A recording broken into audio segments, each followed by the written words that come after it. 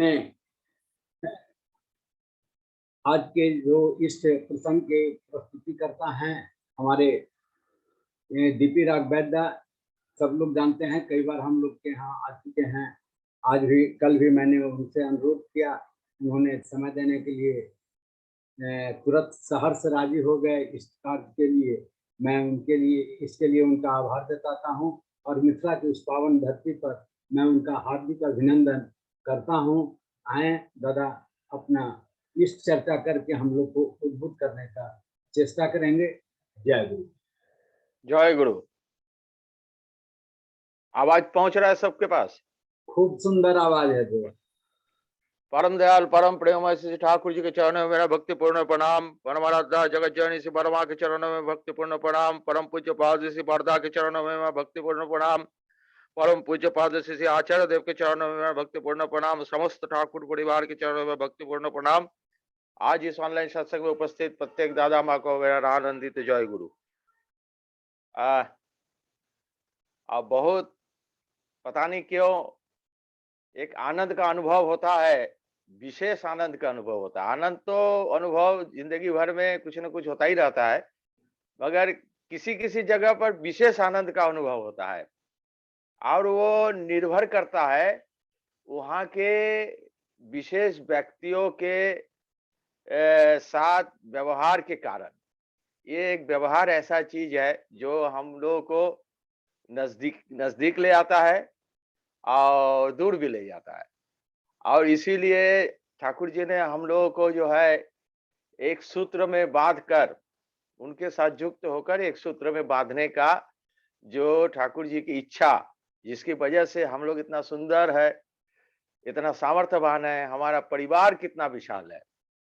और ये विपत्ति काल में ही हम लोगों को दिखाई पड़ता है। और विपत्ति काल में दिखाई पड़ रहा है। पहले हम लोग जानते थे कि हमारा परिवार कितना है, हमारा जो ज्ञान था, उसकी जो कैपेसिटी थी सोचने की, समझने की, उसके द्वारा हमको जो ज्ञान प्राप्त हुआ था कि हमारा परिवार इतना ही, हमारा पिता माता भाई बहन आसपास के लोग, हमारे रिश्तेदार, हमारे पड़ोस के लोग, इतना ही जानते थे। मगर इस विपत्ति काल ने हमको दिखा दिया कि हमारा परिवार एक्चुअली कितना बड़ा है। और वो ये कारण हम लोग को दिखाई पड़ा कि जो है इसका कारण एकमात्र है पुरुषोत्तम, जिनसे युक्त हुए हैं। कभी उनको ठीक से समझने का कोशिश नहीं किए, जानने का कोशिश नहीं किए और अपने मन माफिक थोड़ा सा चले, पूरा संपूर्ण रूप से उन पर विश्वास नहीं किए, समर्पण नहीं किए, जिसकी वजह से संपूर्ण ज्ञान नहीं हुआ। और जिस ज्ञान नहीं हुआ और विपत्ति काल में तो सब कुछ भूल के संपूर्ण रूप से उनके ऊपर हो जाते हैं। यही कारण है।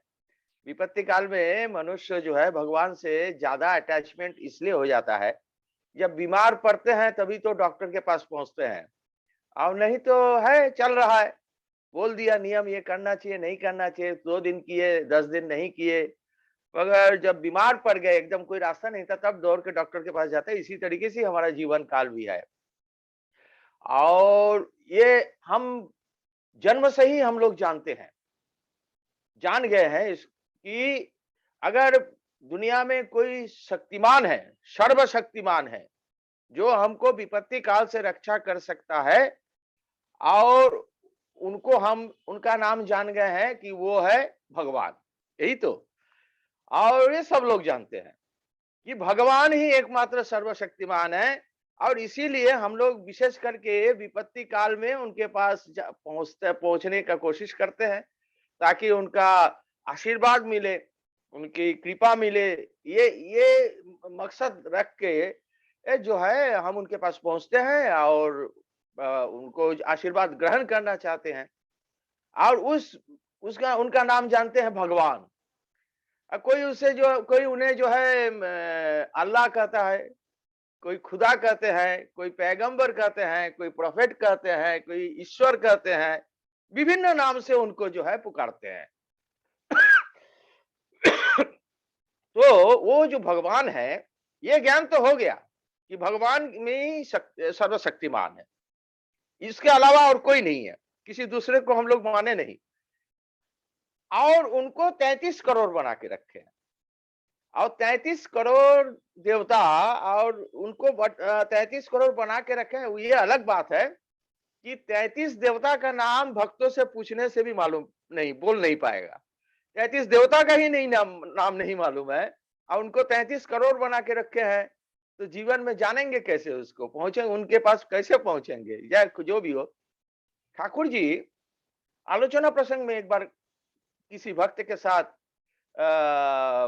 जाजन कर रहे थे। आलोचना प्रसंग क्या है? ठाकुर जी जीवन का सभी समाधान ठाकुर जी सारा जीवन में उन्होंने किया। वो आलोचना प्रसंग के रूप में लोगों ने लिख के रखा है उसको।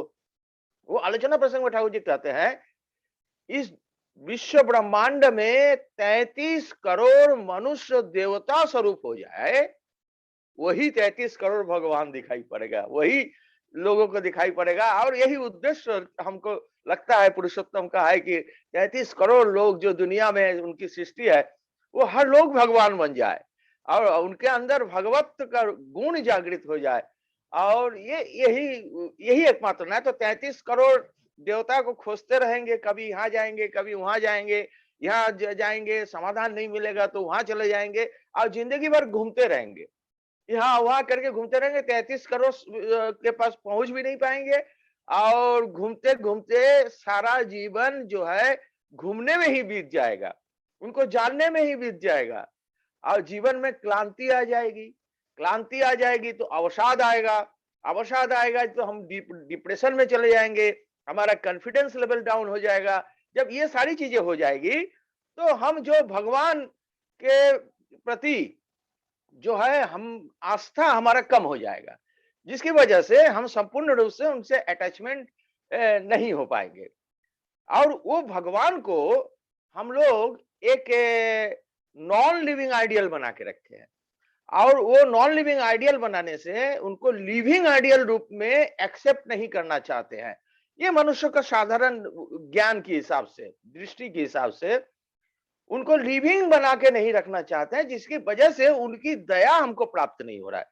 अगर नॉन लिविंग मूर्ति रूप दे के रखेंगे भगवान को, उस मूर्ति रूप पे पास आपकी समस्या का लेके जाएंगे, तो आइए आप कोई कर्म करने के जा रहे हैं, उनके आशीर्वाद लेने के लिए जा रहे हैं, तो आशीर्वाद लेने के वो हमको आशीर्वाद दे रहे हैं कि नहीं दे रहा है ये नहीं पता लगता, और वो हमको रोक रहे हैं कि उत्साह दे रहा है ये भी नहीं पता लगता, क्योंकि नॉन लिविंग है ना।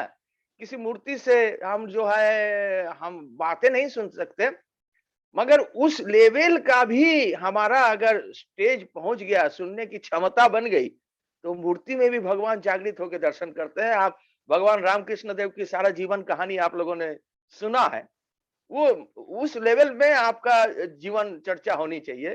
खैर, उनको मूर्ति बना के रखे हैं, जिसकी वजह से हमारे क्या होता है कि हम उनका गाइडलाइंस नहीं उनका पाते, उनका दिशा निर्देश नहीं मिलता, और दिशा निर्देश नहीं मिलता तो हम अपने विचार बुद्धि ज्ञान के साथ अपने जीवन काल को चलाते हैं और अपने हिसाब से चलता है।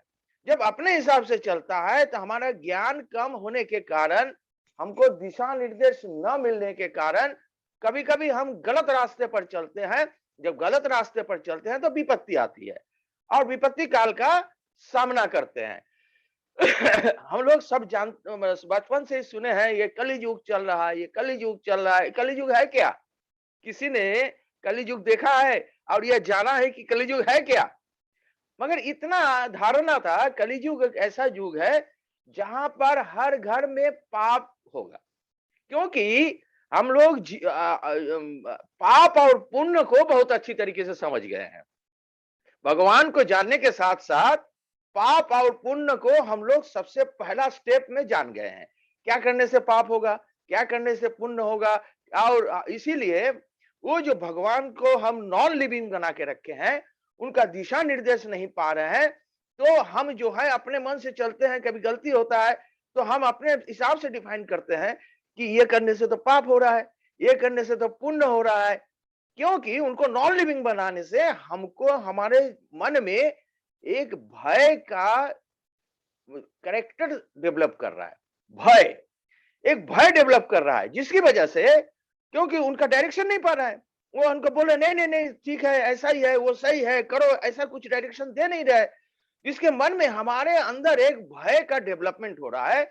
और जिस भय के डेवलपमेंट के कारण हम भगवान के पास पहुंच रहे हैं, भगवान के पास भय के कारण पहुंच रहे हैं, और भय के कारण पहुंच रहे हैं, तो हमारा जीवन में भी एक भय का कैरेक्टर हो रहा है, डेवलप कर रहा है, जिसकी वजह से शनिवार को नाखून काट रहे हैं तो भी डर रहे हैं, वो बिल्ली रास्ता काट रहा है तो भी डर रहे हैं, घर से निकलते समय छींक रहे हैं तो भी डर रहे हैं। बहुत सारी चीजें, ये जो भय का डेवलपमेंट जब होता है, तब वो डर की जो भावना डेवलपमेंट हो जाता है, वो तब क्या होता है, समाज में बहुत सारे व्यक्ति है, मनुष्य है, ज्ञानी गुणी भी हो सकता है, पता नहीं, वो आपके डर की भावना को उपयोग करता है, और आपको जो है डर की भावना उपयोग करके अपना विधान बनाता है, और विधान बना के आपका प्रयोग करता है, वो अपने स्वार्थ प्रतिष्ठा के लिए, अपना स्वार्थ को सिद्ध करने के लिए आपको डर की भावना को प्रयोग करके आपको जो है आपसे लाभ लेता है, जिसकी वजह से आपके जीवन में जो है डिप्रेशन आता है, धर्म कॉन्फिडेंस लेवल डाउन हो जाता है, भगवान प्रति विश्वास कम हो जाता है। तो इसीलिए जो है भय की भावना को दूर करने के लिए, वो डर की जो भावना है, जो कॉन्फिडेंस लेवल को दूर करने के लिए, कॉन्फिडेंस लेवल को हाई करने के लिए जो है पुरुषोत्तम पिता जीवंत रूप में अगर हमारे साथ रहे, तब हमारी वो जो कॉन्फिडेंस लेवल डाउन नहीं होता है। और नहीं तो देखिए क्या होता है, हम भगवान को मानते हैं, एक बच्चा परीक्षा देने भी जाता है, परीक्षा देने जाता है तो जिस दिन उसका परीक्षा है, उस दिन घर के सारे भगवान का पैर छूता है, माथा टेकता है, कैलेंडर में भी हो उनको भी माथा टेकता है, सारा 365 दिन स्कूल जाता है, मगर 365 दिन नहीं करता है, एक दिन जिस दिन उनको परीक्षा देना है, वो सब सीखा हुआ है, वो सब उसको जानकारी है, मगर वो परीक्षा में जाके लिख पाएगा कि नहीं लिख पाएगा, ये कॉन्फिडेंस नहीं है। ये कॉन्फिडेंस नहीं की वजह से उस दिन जो है सारा भगवान देवी देवता जितना भी घर पे है रखे हैं, जिसको भी जाने हैं, सबको जो है माथा टेकता है। क्यों? कि उनका कॉन्फिडेंस लेवल नहीं है।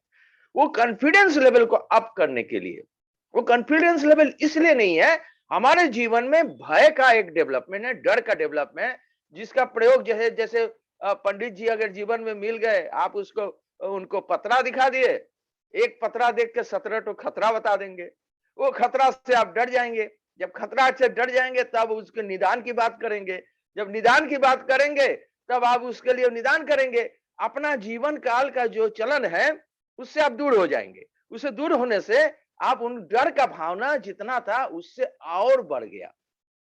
इसीलिए पुरुषोत्तम रूप में वही 33 करोड़ देवता, क्योंकि हमारे सृष्टि करता है, उन्होंने इस जीव जगत का सृष्टि किया, मनुष्य जगत का सृष्टि किए, वो तो हमारे पिता है। पुत्र गलती कर सकता है मगर पिता गलती नहीं करता। इसीलिए वही इसीलिए वही पिता प्रत्येक युग में मनुष्य रूप धारण करके हमारे बीच दया करके आविर्भूत होते हैं, और उनको हम पुरुषोत्तम रूप में जानते हैं। वो पुरुषोत्तम के रूप में जानते हैं, कभी वो राम, कभी कृष्ण, कभी बुद्ध, कभी जीसस, कभी हजरत मोहम्मद, कभी चैतन्य महाप्रभु, कभी रामकृष्ण परमहंस देव, आज इस महाकलि युग में श्री ठाकुर अनुकूल चंद्र के रूप में।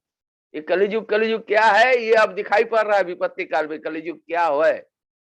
वो हमेशा आते हैं, अलग अलग नाम से आते हैं, अलग अलग समय पर आना पड़ता है। इसलिए जब अलग अलग समय में परिस्थितियां अलग होती है, मनुष्य के जीवन चर्चा अलग होती है, और उसी हिसाब से अपना दिशा निर्देश देकर जीवन को चलाकर मनुष्य को जो है अपने डर की भावना से दूर कराने के लिए वो अलग अलग समय में अलग अलग विधान देते हैं, और उसी का जब पालन करते हैं तभी हमारा जीवन में बचना और बढ़ना सुंदर हो जाता है।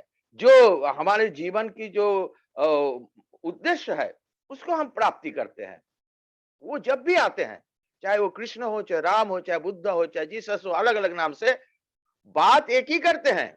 उनका एक ही है कि मनुष्य जगत को रक्षा करना, और ये रक्षा करने के लिए वो अलग अलग रूप में अपने बातों का परिवेशन करते हैं। जैसे प्रभु श्री कृष्ण के रूप में जब आए, वो बोलते हैं यदा यदा ही धर्मस्य ग्लानिर्भवति भारत अभ्युत्थानं अधर्मस्य तदात्मानं सृजाम्यहम् परित्राणाय साधूनां विनाशाय च दुष्कृतां। धर्म संस्थापनार्थ है परित्राण, साधु लोगों को, अच्छे लोगों को परित्राण देने के लिए, दुष्कृत को विनाश करने के लिए उनका आने का, आगमन का यही उद्देश्य है। प्रभु श्री कृष्ण ने बताया और उन्होंने करके भी दिखाया। और वो खुद नहीं किए, अपने भक्तों के द्वारा, जो उनके क्लोज है, नियरेस्ट है, वो सामर्थ्यवान, उनके जो बातों को मान के चलते हैं, संपूर्ण रूप से भरोसा करते हैं, उन्हीं से करवाते हैं। और वही प्रभु श्री कृष्ण जब इस युग में, कलियुग में अनुकूल चंद्र के रूप में जब आए, तब देखिए क्या कहते हैं। तब कहते हैं धर्म जखन विपाक वाहिनी व्यर्थ अर्थे दाय प्रेरित तखन आविर्भूत हन पापी परित्राण पाए। भगवान श्री कृष्ण पापी को विनाश की बात कर रहे हैं। वही भगवान श्री कृष्ण जब कलियुग में आए तो वो पापी को परित्राण देने की बात कर रहे हैं। समझिए, अब दोनों कंट्रोवर्सी, दोनों उल्टा। और वो उसका कारण क्या है? वो कारण को जानने के लिए ठाकुर जी कहते हैं धर्म को जानने का मतलब विषय के मूल कारण को जानना। हम लोग कहानी सुनते हैं, बहुत अच्छा लगता है, भावावेश हो जाते हैं, समझ नहीं पाते उनको, जो भी हो। जब भगवान श्री कृष्ण आए थे, वहां पापियों की संख्या उस समय कम था। अब मनुष्य पापी जो है कम संख्या में था, और उनको विनाश करके मनुष्य जगत को रक्षा करने का जो उनका एकमात्र रास्ता था, जो उन्होंने करके दिखाया। और वही जो श्री ठाकुर अनुकूल चंद्र के रूप में जब आए, ये जो कलियुग में क्या है, इतनी जनसंख्या में वृद्धि हुई। जनसंख्या में वृद्धि होने के साथ साथ मनुष्य जो है दिशा विहीन चाल चलन से, जो ये इतना बड़ा विपत्ति काल सामने आया, दिशा विहीन चाल चलन से अपने जीवन का, अपने कैरेक्टर में वो पाप प्रवृत्ति डेवलप कर गया। अब हर घर में, हर मनुष्य के अंदर वो पाप का गुण डेवलप कर गया। अब जो है भगवान श्री कृष्ण उस समय संहार करके, वो विनाशकारी शक्ति को ध्वंस करके मनुष्य का कल्याण किए। और इस समय हर घर में वो विनाशकारी शक्ति है, हर मनुष्य के अंदर वो जागृत है, उनके कैरेक्टर में डेवलप कर गया। अब वो कैरेक्टर से भाला, बल्लम, तरवाल, तीर धनुष से युद्ध कर पाएंगे? नहीं कर पाएंगे।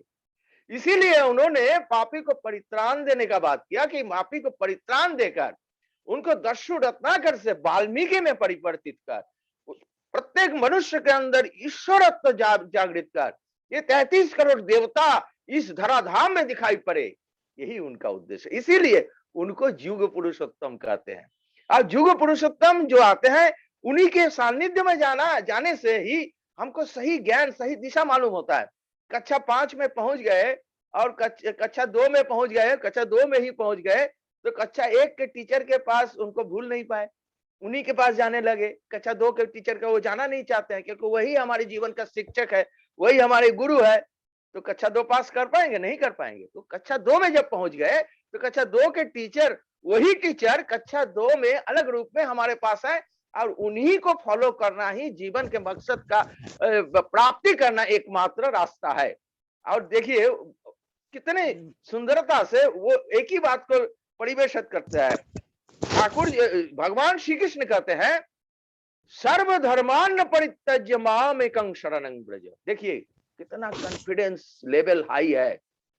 ये भगवान श्री कृष्ण के पास एकदम टॉप मोस्ट कॉन्फिडेंस लेवल जिनके पास है, वही पुरुषोत्तम है। बोलते हैं सभी धर्मों का परित्याग करो, मेरे शरण में आओ। कितना कॉन्फिडेंस के साथ कहते हैं। और ठाकुर जी के साथ जब युक्त होते हैं, ठाकुर जी क्या कहते हैं, तुम्हें पाप करे थाको, गो हत्या, स्त्री हत्या, नर हत्या, भ्रूण हत्या, जो भी किए हो, जितना बड़ा पाप किए हो, तुम मेरे शरण में आओ, मैं तुमको त्राण दूंगा। ये वही होते हैं पुरुषोत्तम। इस तरीके का कॉन्फिडेंस लेवल जिनका हाई रहता है। और इसलिए कि वो सृष्टि करता है, उनको सब जानकारी है, इसीलिए इस तरीके का बात कर सकते हैं, कॉन्फिडेंस लेवल।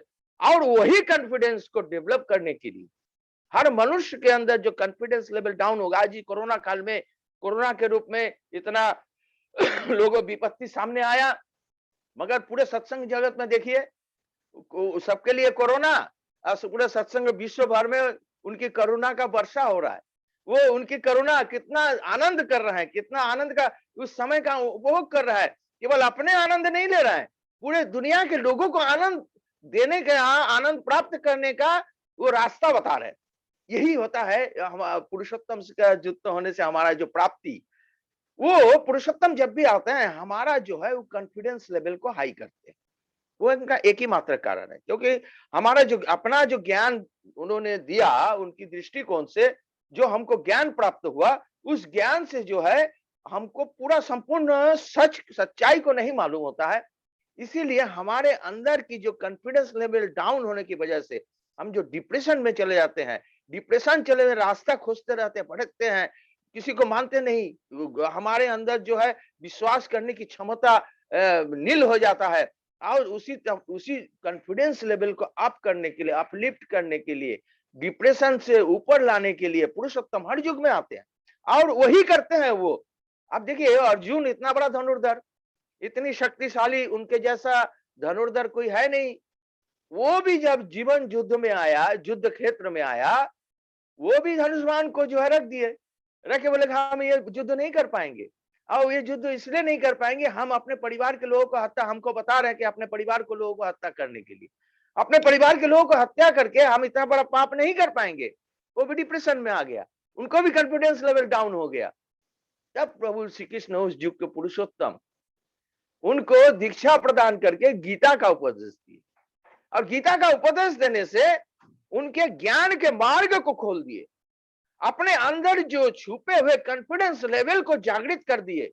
और जब जागृत कर दिए तब उनका सही ज्ञान, सही दृष्टि आ गया। जब सही दृष्टि आ गया, उसको समझ में आया जो मैं देख रहा हूं वो सच नहीं है, जो प्रभु हमको दिखा रहे हैं वही सच है, वही करना है।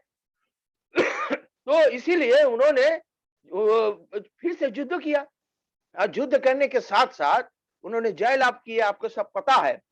और उसमें जो प्रभु श्री कृष्ण को नहीं बोले भगवान हे प्रभु हमारे युद्ध करो। हम क्या करते हैं, हम लोग ठाकुर बाड़ी में भी देखते हैं, हमारे आचार्य देव के सामने भक्तों का बहुत लंबा लाइन रहता है, और लाइन का एकमात्र उद्देश्य, ज्यादा लोगों का लाइन का उद्देश्य रहता है अपने विपत्ति काल का लिस्ट लेके उनके पास जाते हैं। प्रभु हमारा बहुत विपत्ति है और प्रभु की दया हो, प्रभु अगर सर में हाथ रख दे, प्रभु हमको दो शब्द कह दे, प्रभु हमको जो है इस विपत्ति काल से उद्धार कर दे, यही एक मकसद लेके विपत्ति का लिस्ट लेके उनके पास जाते हैं और लाइन लगा खड़े रहते हैं। और लाइन लगा खड़े रहते हैं, हम युद्ध नहीं करना चाहते, क्यों कि हमारा जो चलन ऐसा हो गया है, अब युद्ध से दूर रहना चाहते हैं कि ईश्वर हमारे लिए युद्ध करे और युद्ध करके हमको विपत्ति से बचा ले, यही प्रत्येक मनुष्य का, हमको ना युद्ध करना पड़े, यही मकसद लेके उनके पास जाते हैं। मगर वो तो प्रभु तो युद्ध नहीं कर सकते हमारे लिए। जो सृष्टि करता है, भगवान है, ईश्वर है, प्रभु है, वो हमारे लिए युद्ध नहीं कर सकते, क्योंकि उनके पास युद्ध करने के लिए कोई अस्त्र नहीं। क्यों अस्त्र नहीं है? वो तो सारे अस्त्र उनके सृष्टि जगत मनुष्य को दे के रखे हैं और वो कैसे युद्ध करेंगे? उनके पास तो कोई, सारा अस्त्र तो हम लोग को दे के रखे हैं, और हम लोग युद्ध नहीं करना चाहते, चाहते हैं कि प्रभु युद्ध करे। मगर उनके पास क्या है? सिर्फ वो रखे हैं, वो है सुदर्शन चक्र। वो सुदर्शन चक्र किसी को नहीं दिए, क्योंकि जानते हैं सुदर्शन चक्र का प्रयोग अगर मनुष्य जगत अगर गलत कर दिया तो पूरे ये विश्व ब्रह्मांड एक साथ विनाश हो जाएगा। इसीलिए वो सुदर्शन चक्र किसी को नहीं दिए, अपने पास रखे हैं और उस सुदर्शन चक्र का प्रयोग करते हैं। आज पूरे दुनिया में जो श्री ठाकुर जी के साथ जुड़े हुए हैं, जुड़ने के साथ साथ आप लोग सब जानते हैं हर मनुष्य के जीवन में कितनी बार वो सुदर्शन चक्र का प्रयोग किया है। सुदर्शन चक्र का प्रयोग करके मनुष्य को बताया, मैं तो अपने परिवार का घटनाएं जानती हूँ। हमारे जो दादी जी ठाकुर जी का दीक्षा अपना हिमायत पूरे बांग्लादेश में लिए थे, आज हमारा पोता जो सवेरे उठ के ठाकुर जी के आसन के पास आते हैं, नींद खुलते ही ठाकुर जी के आसन के पास जाते हैं और जाते हैं और हम लोगों से पैसा मांगते हैं कि ठाकुर जी को देने के लिए।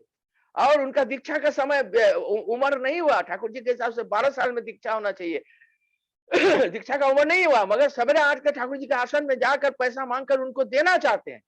वो भी जान गया है कि जो है उनको देकर जीवन में सब कुछ प्राप्त करना, ये उनके संस्कार में घुस गया है। अब वो डॉक्टर बनेगा, पढ़ाई लिखाई में ही वो होता है, ऐसा बात नहीं है केवल धार्मिक और भगवान भगवान करके ढूंढने के बाद पढ़ाई लिखाई नहीं हुआ, ऐसा बात नहीं है। क्योंकि अपने अंदर कैरेक्टरिस्टिक संस्कार में डेवलप कर रहा है, और वो डॉक्टर भी बनेगा, इंजीनियर भी बनेगा, बैरिस्टर भी बनेगा, कुछ भी बनेगा, मैं ये निश्चित जानता हूं एक मनुष्य बनेगा। और वो मनुष्य मानव जगत के कल्याणकारी होगा, जो सृष्टि जगत की रक्षा करेगा, विपत्ति काल में कोरोना काल के सामने प्रभावित नहीं होगा, इतना हमको कॉन्फिडेंस है। इसीलिए जनरेशन बाय जनरेशन उनके साथ युक्त है। अब देखिए, और जो भय की भावना जो दूर करते हैं, और वो भगवान श्री कृष्ण ने अर्जुन के द्वारा उसके जो भय था, डर था, उसको डेवलप किया, कॉन्फिडेंस लेवल को हाई किया, और युद्ध करने के लिए वो संचालित किया, युद्ध किया, धर्म की रक्षा की है। अब देखिए, हम जो हमारा जो जीवन काल है उसमें जन्म लेने के साथ साथ हमारे जीवन में भगवान ने एक गिफ्ट दे दिया, दान के रूप में हमको दिया। वो हम लोगों ने सृष्टि नहीं किया, वो प्रभु ने हमको दिया, वो है वृत्ति प्रवृत्ति। ये वृत्ति प्रवृत्ति हमको गिफ्ट के रूप में हमको दिए, वो है काम, क्रोध, लोभ, मोह, मद, मात्सर्य। ये 5 वृत्ति प्रवृत्ति हमको दिए गिफ्ट के रूप में, जिसका प्रयोग नहीं हम कर पाने के कारण दुरुपयोग करते हैं। क्योंकि वृत्ति प्रवृत्ति जब प्रभु ने दिया, वो हमको सुख भी देगा, अगर गलत इस्तेमाल करेंगे तो दुख देगा, यही है, इसीलिए ने प्रभु हमको दिए। और बहुत लोग कहते हैं कि काम क्रोध जीवन में नहीं होना चाहिए, पैसा रुपया नहीं चाहिए, वो क्या सही बोलते हैं आप? जिनको बोल रहे हैं उनको खुद सोचना चाहिए, कुछ सही बोल। हमारे ठाकुर जी कभी वृत्ति प्रवृत्ति का एकदम दूर करने के लिए नहीं कहे, वृत्ति प्रवृत्तियों का सही प्रयोग करके जीवन में इस्तेमाल करके जीवन की सुंदरता श्री ठाकुर अनुकूल चंद्र ने हम लोगों को सिखाया। अब देखिए, जैसे आग है, आग का क्या कैरेक्टर है? आग जहां भी रखेंगे वो जला के राख कर देगा, यही उसका कैरेक्टर है। अब उस आग को अगर दुष्प्रयोग करेंगे तो जहां भी रखेंगे वो जल के राख बन जाएगा। मगर वही आग को अगर प्रयोग करना सीख जाएंगे तो उससे खाना बनाकर हमारे जीवन काल को बचने बढ़ने की तरफ, देखिए प्रयोग करना, वो जो प्रयोग अगर हम ठीक नहीं कर पाते, इसीलिए अर्जुन ने खुद युद्ध किया। और क्या किया, ये सारी चीजें हम लोग रामायण महाभारत बहुत पढ़ते हैं, मगर उसके जो है जो बताना चाहते हैं प्रभु, वो हम समझना नहीं, क्यों हमारा जो अंतर्दृष्टि है, ज्ञान की जो लेवल है, वो उस लेवल का नहीं है।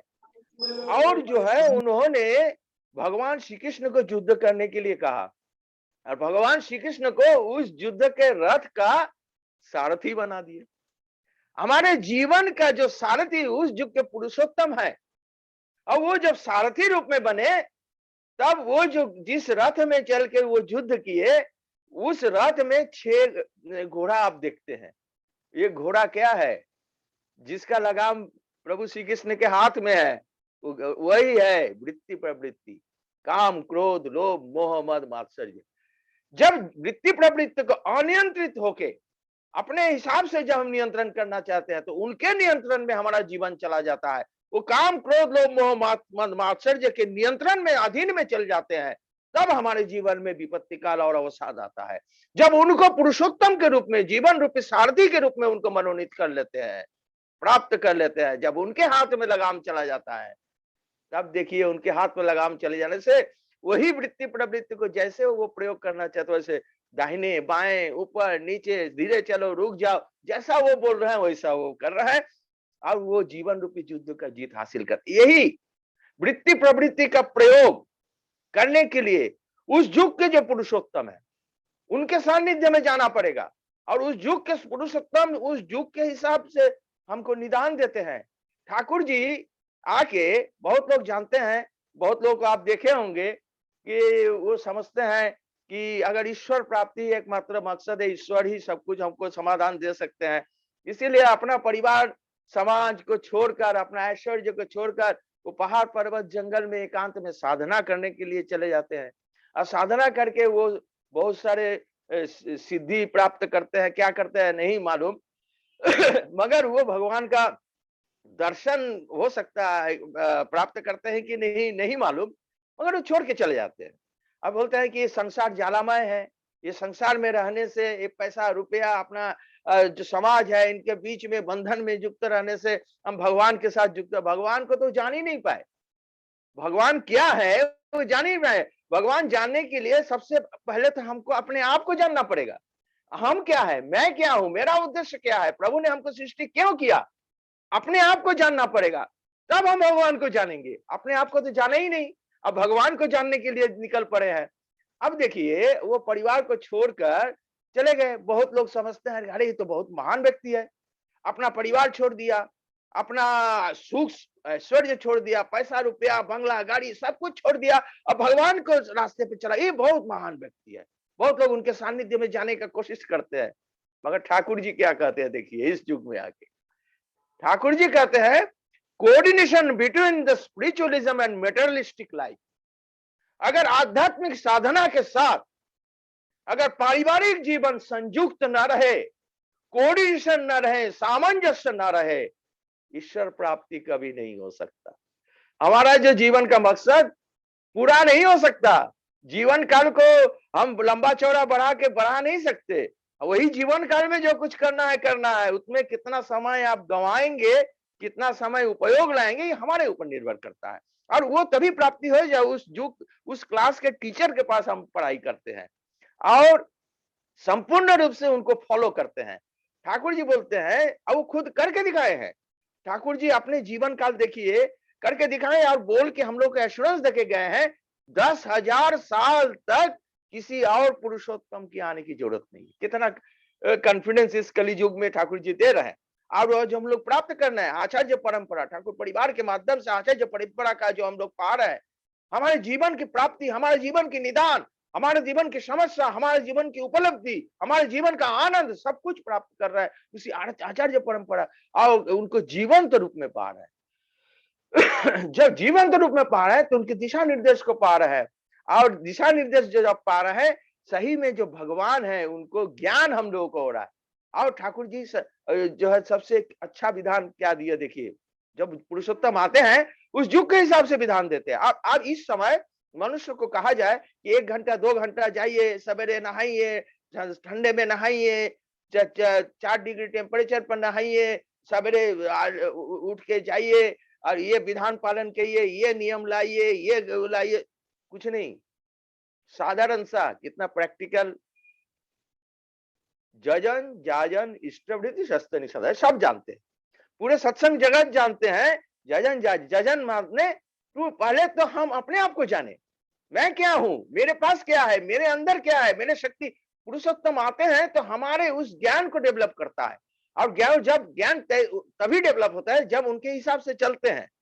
और ज्ञान को तभी डेवलप होता है जब हमारे जीवन से भय दूर हो जाता है। अब भय दूर हो गया, भगवान के पास भय के कारण हम जाते थे, अब क्या कारण से हम जाएंगे वो प्रभु ने हमको सिखा दिया।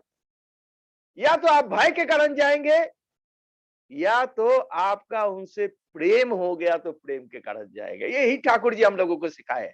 हम लोग देवघर में जाते हैं, हजार लाखों लाखों भक्त जब भी उनके पास पहुंचते हैं, क्या करते हैं, बहुत लंबा चौड़ा वो जग अनुष्ठान कुछ नहीं होता है। हमारा आचार्य देव बैठे हुए हैं, हम लोग उनके सामने बैठे हुए हैं, वो हमारे तरफ ताक रहे हैं, हम लोग उनके तरफ ताक रहे हैं। वो 1 घंटा बैठे हैं, 1.25 घंटा बैठे हैं, 1.5 घंटा बैठे हैं, जितना देर बैठे हैं हम उनके तरफ ताक। वो एक दृष्टि अगर हमारे ऊपर अगर डाल देते हैं तो हम अपने आप को कितना आनंदित। ये क्या कारण है? ये कारण कि हमारा उनसे प्रेम का संबंध का डेवलपमेंट हो गया, जिसके कारण ऐसे ही करते हैं ना, जिसके साथ आपने जीवन काल में भी देखिए, जिसके साथ आपका प्रेम है, उस प्रेम है तो उसकी उन्हीं का बात को दिमाग में हमेशा घूमता है। वो क्या चाहते हैं, क्या उनको अच्छा लगता है। हम जो आचार्य देव के सामने बैठते हैं, आचार्य देव का हंसना, आचार्य देव का बोलना, आचार्य देव का खड़ा होना, आचार्य देव का ताकना, हर चीज हमको अच्छा लगता है। यही ठाकुर जी आके हमारे जीवन को जो भय दूर करके हमारे अंदर एक प्रेम का डेवलपमेंट कर दिए। वो प्रेम के द्वारा हम भगवान से युक्त हो रहे हैं। और जब प्रेम के द्वारा भगवान से युक्त हो रहे हैं तो हम जितने भी गलतियां करते हैं डर नहीं रहे, डर नहीं रहे। इसीलिए ठाकुर जी कहते हैं कन्फेशन, ईश्वर जब आते हैं, पुरुषोत्तम जब आते हैं, कन्फेशन का माध्यम रखते हैं, उनके तरफ जो है आप क्षमा चाहते हैं। वो क्षमा कितना बड़ा, वो तो पिता है, हमारे हर गलतियों का क्षमा करते हैं। मगर इसका मतलब नहीं कि हम गलती करते रहते हैं उनको क्षमा मानते रहे, क्षमा करें। मगर अगर हम अजानते जानते अगर गलती करते हैं वो क्षमा करते हैं। ये जो प्रेम का डेवलपमेंट उन्होंने क्रिएट किया, वो कैसे, देखिए कर्म का माध्यम से, कर्म का जो निर्देश हम लोगों को जो आचार्य परिवार देते हैं, कभी बोलते हैं उत्सव करो, कभी बोलते हैं मंदिर बनाओ, कभी बोलते हैं अनुष्ठान सत्संग करो, कभी बोलते हैं कि 3.5 करोड़ दीक्षा करो। ये जो हमको हमेशा कर्म के साथ युक्त रहता है, कर्म के साथ इसलिए युक्त रहता है कि उनका हमारे प्रति प्रेम है।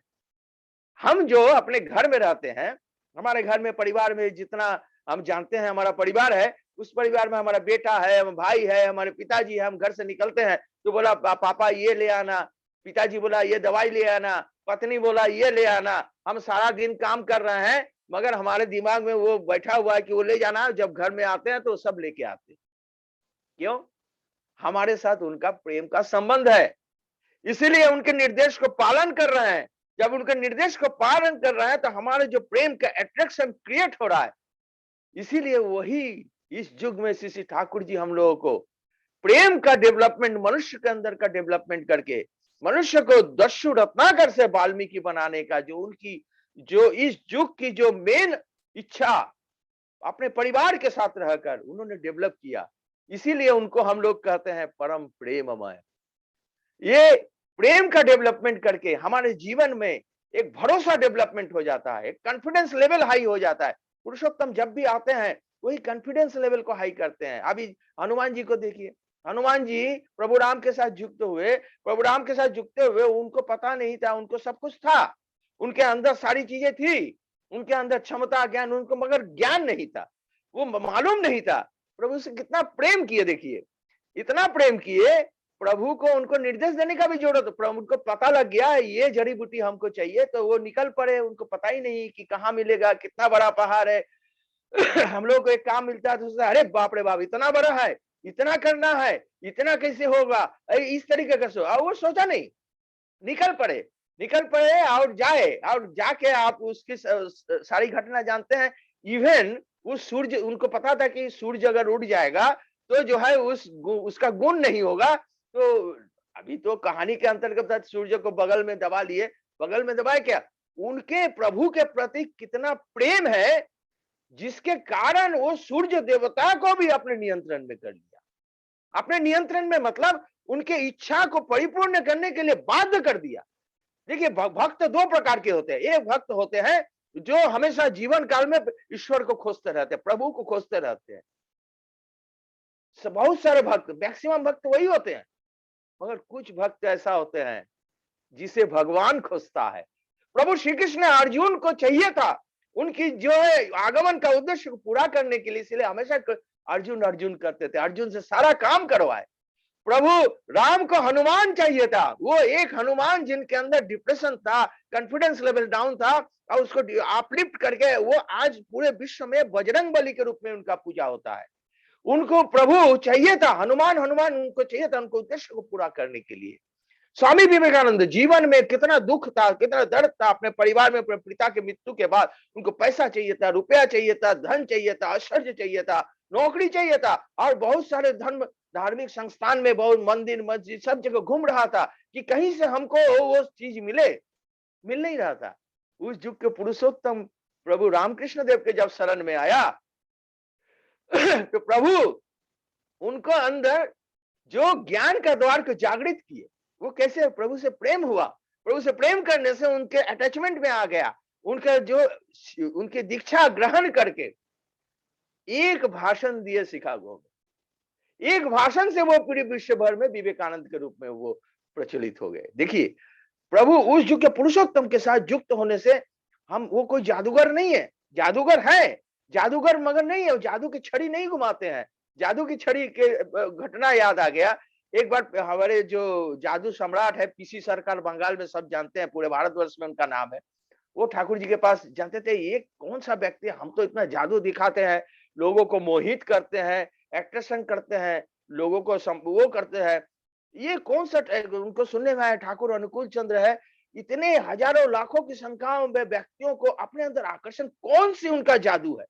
वो जादू जानने के लिए आए ठाकुर जी के पास, जादू जानने के आए ठाकुर जी के पास, ठाकुर जी से जानने की इच्छा है। जब पीसी जो इतना बड़ा सम्राट जादू सम्राट आया है, तो उनको विशेष ध्यान दिया गया, ठाकुर जी के साथ बैठे हैं ये जानने के लिए ये व्यक्ति जो है कैसे जो है इतने लाखों बिना कौन सा जादू इस्तेमाल कर रहा है, वो जानने के लिए जब ठाकुर जी से पूछ डाले आप कौन सा जादू क्या इस्तेमाल कर रहे हैं जिसकी वजह से आप हजारों लाखों संख्या में लोगों को अपने पास आकर्षण कर रहे हैं। तब ठाकुर जी ने बोला रसोई घर में जाओ। अब वो पीसी सरकार इतना बड़ा जादू सम्राट है, वो सोचा हम इतना बड़ा जादू सम्राट है, हम इतना उनको जानने के लिए हमको प्रश्न किए और वो हमको रसोई घर में भेज दे रहा है, जो रसोई घर में जाओ।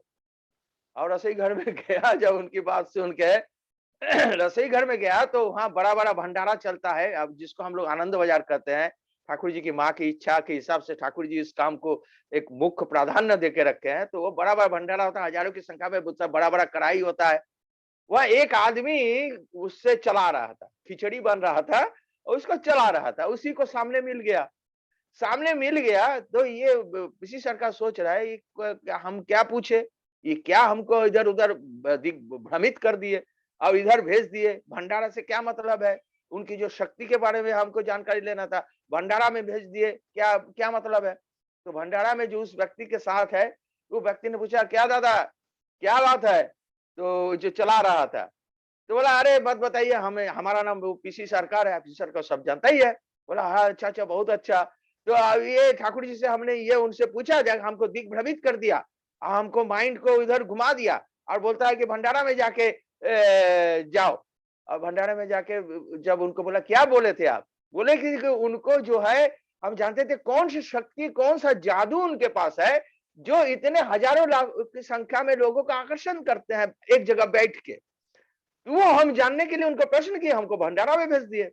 तब उस व्यक्ति ने कहा मुझे देखिए, ये जिस हाथ से मैं लोगों की हत्या करता था, पाप करता था, लोगों का विनाश कर देता था, लोगों को मृत्यु के रास्ते में ले जाता था, आज वही हाथ मेरा लोगों के जीवन वृद्धि में काम कर रहा है। यही परिवर्तन, यही जादू, इसको पाने के लिए हम लोग श्री ठाकुर जी पूरे संपूर्ण सत्संग जगत में ठाकुर जी ने ये डेवलपमेंट किया, ये जादू का डेवलपमेंट किया, ये कॉन्फिडेंस लेवल उनके प्रति आकर्षण की क्षमता का डेवलपमेंट किया। आज लाखों करोड़ों भक्त उनके पास युक्त है, क्योंकि ये इस युग का जरूरत है।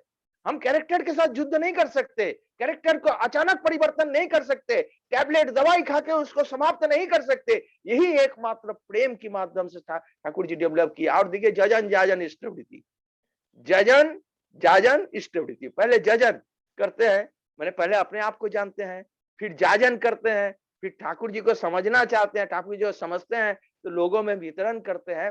और ठाकुर जी जो इष्टवृत्ति का विधान कितना सुंदर हम लोगों को दिए इस युग में। वो अलग बात है, जो व्यक्ति इष्टवृत्ति करता है उसके जीवन की बहुत सारी विपत्ति आपत्ति का समाधान होता है, ये जो है कहा जाता है। इसलिए जब इष्टवृत्ति करते हैं तो प्रभु को अपना बना लेते हैं, जब प्रभु को अपना बना लेते हैं तो हमारे जीवन के सारे विपत्ति ऑटोमेटिकली वही रक्षा करते हैं। और इष्टवृत्ति हम लोग सवेरे क्या करते हैं, सवेरे उठ के अर्ली मॉर्निंग में करते हैं सबसे पहले। अब सबसे पहले इष्टवृत्ति उनको निवेदन करते हैं, वो भगवान श्री कृष्ण भी कहे हैं अलग अलग रूप में। ठाकुर जी इस युग का जो प्रैक्टिकल रूप में वो हमको वो दिए हैं।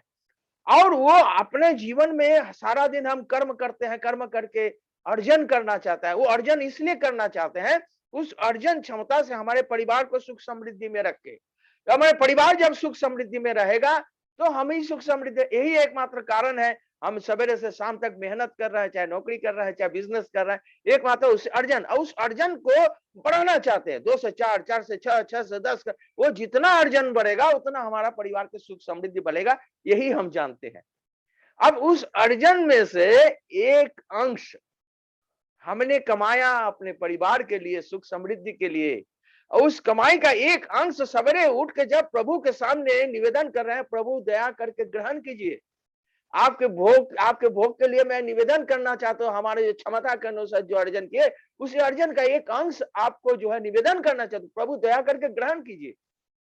जब प्रभु ग्रहण कर लेते हैं तब क्या हुआ, हमने अर्जन किया अपने परिवार के लिए, उसी अर्जन में जब उनको दिए, अब तब वही ईश्वर, वही देवता, वही प्रभु जिनको हम आसमान पे बैठा के रखे हैं, जब भी विपत्ति में पड़ते हैं आसमान की तरफ ताकते हैं, हे भगवान बचा। भगवान को आसमान में बैठा के रखने से होगा, भगवान को अलग अलग जगह पर रखने से बैठाने से होगा, भगवान को हमेशा हमारे साथ होना पड़ेगा। ये कितना सुंदर, हमने कमाया अपने परिवार के लिए, हमने उनको सवेरे उठ के उसका अंश दे के उनको अपने जीवन का सदस्य बना दिए। जब वो जीवन का सदस्य बना दिए तब वो हमारे परिवार के अंदर जीवंत रूप में रहते हैं, हमारे पिता के रूप में, हमारे पुत्र के, भगवान के रूप में। भगवान को जानते ही नहीं, भगवान का अलग अलग व्याख्या कर देते हैं, उनको पिता के रूप में, पुत्र के रूप में, गुरु के रूप में उनके जब पाते हैं तभी हमको जो है हमेशा उनका समाधान, उनसे समाधान मिलता है। यही पुरुषोत्तम, इस युग के पुरुषोत्तम श्री ठाकुर अनुकूल चंद्र जी हमको दिए हैं। और कितना सुंदर जो हम लोगों को पूरा, आज ठाकुर जी ने 22 साल की उम्र में एक सत्यानुसरण लिखा, उस कम उम्र में एक इतना पतला सत्यानुसरण, जिस सत्यानुसरण को हर दुनिया के हर मनुष्य को पढ़ना चाहिए, क्योंकि उसमें संपूर्ण रूप से जीवन का जो मैनेजमेंट है, किस तरीके से प्रभु श्री कृष्ण का क्या था, मैनेजमेंट था। वो कुछ नहीं किए, युद्ध नहीं किए, उनका पूरा मैनेजमेंट था। प्रभु राम का भी मैनेजमेंट था, वो युद्ध जैसे ही पुरुषोत्तम आते हैं वो मैनेजमेंट करते हैं। तो ठाकुर जी का जो मैनेजमेंट है जीवन काल का मैनेजमेंट, वो पूरा सत्यानुसरण में एवरी कर्नर ऑफ लाइफ को निदान करता है। इसीलिए हर मनुष्य के पास वो सत्यानुसरण होना चाहिए। कितना छोटा है, आजकल बड़ी बड़ी पुस्तक बना के देने से कोई पढ़ेगा भी नहीं, समय भी नहीं है, समझ में भी नहीं आएगा। इसीलिए कितनी सरल भाषा में ठाकुर जी समझाते हैं। सबसे पहले कहते हैं कि अर्थमान जस इत्यादि पाने की आशा में मुझे भक्त बनाकर मत भजो। अब वही जीवन का उद्देश्य है। ठाकुर जी कहते हैं अर्थमान जस इत्यादि अगर पाना चाहते हो तो हमारे पीछे मत आओ। साधारण मनुष्य क्या सोचेंगे, अगर अर्थ ही नहीं मिला, मान ही नहीं मिला, जस ही नहीं मिला, तो उनके पास हम जाएंगे क्यों। और उसी अर्थ मान जस पाने के लिए हमारा सारा जीवन उसी के पीछे दौड़ रहा है। ठाकुर जी कितनी सुंदरता से समझ आए हैं। वही अर्थमान जस जिसको अगर जिसके पीछे आप दौड़ रहे हैं, उस अर्थमान जस हमारी जब प्राप्ति अगर होती भी है नहीं होती है, वो प्राप्ति होती है तो हमको विकास करेगा कि विनाश करेगा ये हम नहीं कर सकते। इसीलिए उस अर्थ के पीछे ना दौड़ के अगर पुरुषोत्तम के पीछे दौड़े तो वही अर्थमान जस तब हमारे पीछे दौड़ता है। आज जो पूरे सत्संग जगत में देखिएगा आप, साधारण साधारण मनुष्य कितना असाधारण काम करते हैं। एक साधारण विवेकानंद नरेंद्र देव कितना असाधारण कर दिए, एक बंदर कितना असाधारण काम कर दिए। वो पूरे सत्संग जगत में आप देखेंगे वो हमारे अंदर उस कैरेक्टर डेवलप हो जाता है। आप ठाकुर जी देख कितना अच्छा समझाते हैं। हम लोग देवी माँ दुर्गा का दर्शन करने जाते हैं, दुर्गा पूजा मनाते हैं, खुद आनंद करते हैं। अब दर्शन कर 3 दिन, कोई 7 दिन, कोई 9 दिन, हमारे उत्तर प्रदेश में तो 9 दिन चलता है, और उनका दर्शन करते हैं। देवी माँ के पास जाते हैं, वहां दर्शन करते हैं, आनंद का उपभोग करते हैं, फिर भूल जाते हैं, वो अलग बात है। जो देवी माँ का दर्शन करने जाते हैं तो क्या देखते हैं, देवी माँ 10 हाथ से है, 10 हाथ उनके पास है। क्यों 10 हाथ दिखा रहे हैं? कोई मनुष्य जगत में कोई व्यक्ति आपको जीवन में ऐसा दिखाई पड़ा जिसका 10 हाथ है? कोई भी व्यक्ति है ऐसा दिखाई पड़ा? मगर देवी माँ का हम ऐसा रूप दे रहा है कि 10 हाथ, हम समझ ही नहीं पा रहे। समझना चाहते तो समझ नहीं पाएंगे क्यों वो 10 हाथ दिखा रहा है। ठाकुर जी सत्यानुसरण में कितना सरल भाषा में हमको जो है मैनेजमेंट का रास्ता दिखाया। ठाकुर जी कहते हैं कि सत्यानुसरण में कहते हैं जो कम बोलता है ज्यादा करता है वो प्रथम श्रेणी का कर्मी है। कैटेगराइज किए मनुष्य के जीवन काल का, हम अपने समझ करके हम प्रथम श्रेणी का, हम बहुत ऊंचे हैं, हम बहुत ज्ञानी हैं। ठाकुर जी बोलते हैं जो कम बोलता है ज्यादा करता है प्रथम श्रेणी का कर्मी है। वो माँ दुर्गा हमको करके दिखा रहे हैं, हमको प्रथम श्रेणी का कर्मी बनाने का वो प्रेरणा दे रहे हैं। हमको प्रथम श्रेणी का कर्मी बनना होगा। बोलने के लिए एक सर है और करने के लिए 10 हाथ।